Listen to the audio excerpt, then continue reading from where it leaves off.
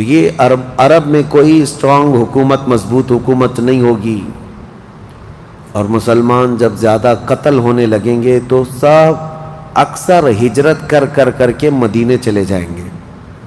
جو بچے ہوئے ہوں گے وہ مدینہ طیبہ کی طرف ہجرت کر جائیں گے.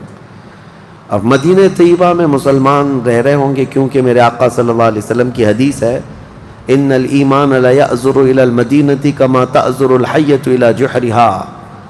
ایمان جو ہے مدینے سے نکلا ہے اور گھوم پھر کر کے پوری دنیا سے ایمان واپس مدینے میں ویسے ہی آ جائے گا جیسے سانپ اپنے سوراخ میں واپس آتا ہے. ایمان والے سب مدینے پہنچ جائیں گے. اب وہاں جانے کے بعد لوگوں میں یہ بات کثرت سے پھیل جائے گی کہ اب ان حالات کا مقابلہ کرنے کے لیے ہمیں کیا کرنا چاہیے. بہت مجبور ہو چکے، کوئی راستہ نظر نہیں آتا. تو اس وقت جو مدینے میں تھے علماء صلحاء سب بیٹھ کر کے مشورہ کرتے ہیں کہ ہم کو امام مہدی کو تلاش کرنا ہوگا، اور یہ وہ زمانہ ہوگا جب امام مہدی مدینے میں پیدا ہو چکے ہوں گے. یہ وہ زمانہ ہوگا جب امام مہدی مدینے میں ہوں گے. امام مہدی جن کی بشارت اللہ کے نبی صلی اللہ تعالیٰ علیہ وسلم نے اپنی حدیثوں میں عطا فرمایا، ان کا نام حضور کے نام پر ہوگا، ان کا نام محمد ہوگا، اور ان کے والد کا نام بھی حضور کے والد کے نام پر ہوگا، اور اللہ کریم کی طرف سے بھیجے جانے والے اس روئے زمین کے وہ آخری خلیفہ راشد ہوں گے. مدینہ طیبہ میں وہ ہوں گے لیکن وہ اپنے آپ کو چھپا کر کے رہ رہے ہوں گے. اب لوگ جب انہیں تلاش کرنے ہوں گے، اس دوران کئی جھوٹے مہدی بھی تیار ہوں گے، کیونکہ امام مہدی کا چیپٹر سب نے پڑھا ہے. جھوٹے مہدی دعویٰ کریں گے لیکن مار کھائیں گے، مریں گے، جیلوں میں جائیں گے. یہ جھوٹے مہدیوں کا یہی ہوتا رہے گا.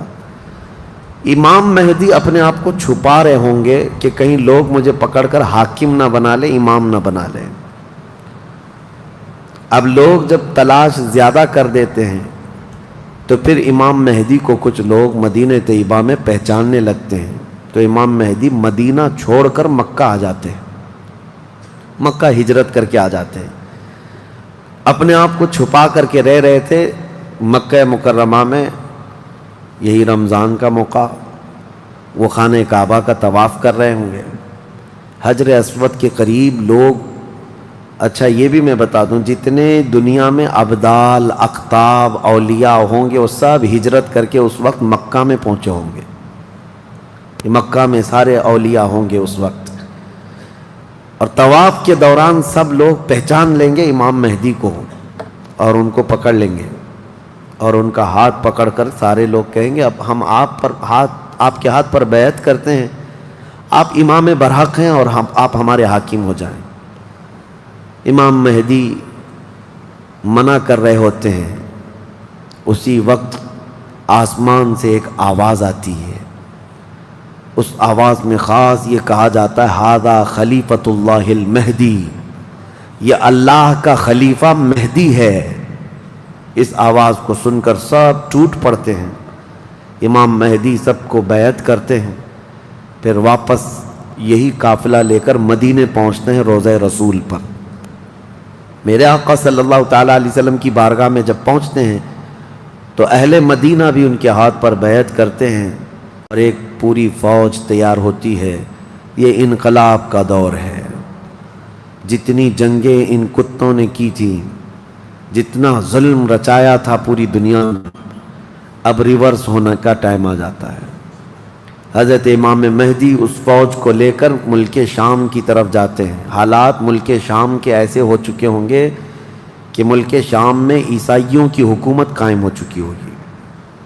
ابھی تو نہیں ہے، یا انڈائریکٹ ان سے کسی کا تعلق ہے تو یہ ہمیں پتہ نہیں، لیکن حدیث میں یہ ہے کہ عیسائیوں کی حکومت ملک شام میں قائم ہوگی، اور یہودی فتنہ مچا رہے ہوں گے ہر جگہ. قتل عام جو مسلمانوں کا سب سے زیادہ کرنے کی کوشش ہے وہ یہودیوں کی طرف سے ہے. امام مہدی مکہ مکرمہ سے نکل کر ملک شام کی طرف جائیں گے، اور مسلمانوں کی جو قلت تھی، جو چھوٹی سی جماعت تھی، یہ جب نکل کر کے وہاں آئے گی ملک شام، بہت بڑی جنگ ہوگی جس کو ملحمۃ الکبریٰ کہا گیا ہے. امام مہدی کی قیادت میں یہ جنگ ہوگی. سارے کفار، عیسائی، یہودی سب مقابل میں آ جائیں گے. ان کی تعداد جو حدیث میں بتائی گئی ہے وہ 80 جھنڈوں کے نیچے آئیں گے، اور ہر جھنڈے کے نیچے 12,000 لوگ ہوں گے. اور یہ مسلمانوں کی نہیں ہے، یہ کفار و مشرکین کی. تقریباً یہ 9,60,000 کی تعداد بنتی ہے کفار و مشرکین کی. 9,60,000. مسلمانوں کی تعداد کتنی ہوگی یہ تو نہیں پتا. اس کے بعد جنگ جب شروع ہوتی ہے، پہلے دن مسلمانوں کا 1/3 حصہ میدان چھوڑ کر بھاگ جاتا ہے.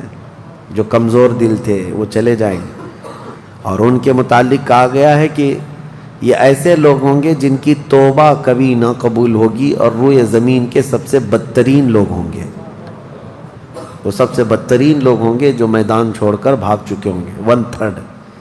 دوسرے دن 1/3 شہید ہو جائیں گے، قتل ہو جائیں گے. تیسرے دن اللہ تعالیٰ اس مومنین کی قلیل جماعت کو فتح مبین عطا فرمائے گا. اور اس کے بعد ملک شام کے سارے انتظامات امام مہدی کے ہاتھ میں ہوں گے. دمشق جب وہ آئیں گے، دمشق کی جامع مسجد سے امام مہدی اپنے انتظامات و انصرامات کو سنبھالیں گے. پھر وہاں سے امام مہدی اسی فوج کو لے کر قسطنطنیہ جو موجودہ استنبول ہے اس کو فتح کرنے کے لیے نکلیں گے. اس وقت وہ بھی عیسائیوں کے ہاتھ میں ہوگا. اب جب امام مہدی یہاں آئیں گے، صرف ایک ہی دن میں قسطنطنیہ یعنی استنبول فتح ہوگا. اور اس کی بھی کیفیت بتائی گئی ہے، مسلمانوں کے صرف نعرے تکبیر سے فتح ہوگا. صرف اس لیے کہ ایسی ہیبت طاری ہوگی ان کفار و مشرکین کے دلوں میں. پورا شہر فتح ہوگا. امام مہدی یہ شہر فتح کر کے واپس ملک شام آئیں گے، دمشق میں آئیں گے. اب یہ وہ وقت ہوگا جب امام مہدی مسجد سے انتظامات و انصرامات سنبھال رہے ہیں، اور کثیر جنگیں اس وقت بھی ہوں گی، لیکن ہر جنگ میں اللہ تعالیٰ امام مہدی کو فتح عطا فرمائے گا. ہر جنگ میں. اور یہودی دسیسہ کاری کر رہے ہوں گے، امام مہدی کو ختم کرنے، قتل کرنے کی بہت کوششیں کر رہے ہوں گے. پھر امام مہدی ان یہودیوں سے لڑتے رہیں گے. اس وقت اللہ کی بارگاہ میں امام مہدی بھی دعا کرتے ہیں کہ مولا ان ظالموں سے ہمیں نجات عطا فرما. اور یہودی بھی جگہ جگہ اس بات سے پریشان ہوں گے کہ امام مہدی نے ان کا بیڑا غرق کر رکھا ہے. جہاں جاتے مقابل میں یہ شکست کھاتے ہیں، مر جاتے ہیں، اور ان کے مقابل میں کوئی آ نہیں پا رہا ہے. تو پھر ایران کے ایک علاقے میں یہ یہودی کثرت سے دعا میں مشغول ہوں گے. یہ وہ زمانہ ہوگا جب عراق اور شام کے بیچ میں دجال ظاہر ہوگا. دجال جس کے متعلق حدیث پاک میں تفصیلاً بہت ساری باتیں آئی ہیں. دجال آئے گا، وہ ایک آنکھ سے کانا ہوگا، آنکھیں دونوں ہوں گی، ایک آنکھ اس کی نظر آئے گی، اور اس کی آنکھ کے کنارے کافر لکھا ہوا ہوگا جس کو مسلمان دیکھ کر پہچان لیں گے.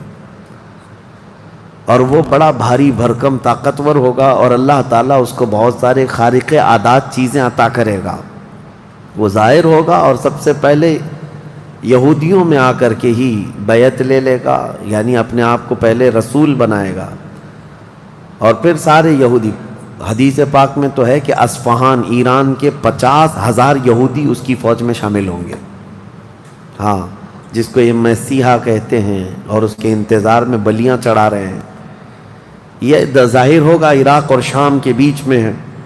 اور پھر یہ سب یہودی دجال کی فوج میں شامل ہوں گے. دجال ایسے نکلے گا روئے زمین پر، حدیث پاک میں یہ سب ملتا ہے کہ وہ آسمان سے گاہے گا تو آسمان سے بارش برس جائے گی، زمین سے سبزہ نکلنے لگے گا، کسی کو مار کے دوبارہ زندہ کر کے دکھائے گا. یہ سب چیزیں وہ کر کے دکھائے گا. یہاں تک کہ چلتے چلتے زمین سے کہے گا تیرے اندر جتنے خزانے ہیں نکال. زمین پورے خزانے باہر کرے گی. اور جب وہ آگے چلتا رہے گا تو یہ خزانے شہد کی مکھیوں کی طرح اس کے پیچھے جھنڈ کی طرح چلتے ہوں گے خزانے. اور دنیا کے لالچی لوگوں کو ایک سکہ ہی چاہیے بس. جس کے پاس مال ہے اس کے پیچھے غلامی ہے. بہت بڑا فتنہ ہوگا, بہت بڑی آزمائش ہوگی, لیکن جو ایمان والے ہیں, حدیث میں ہے, اس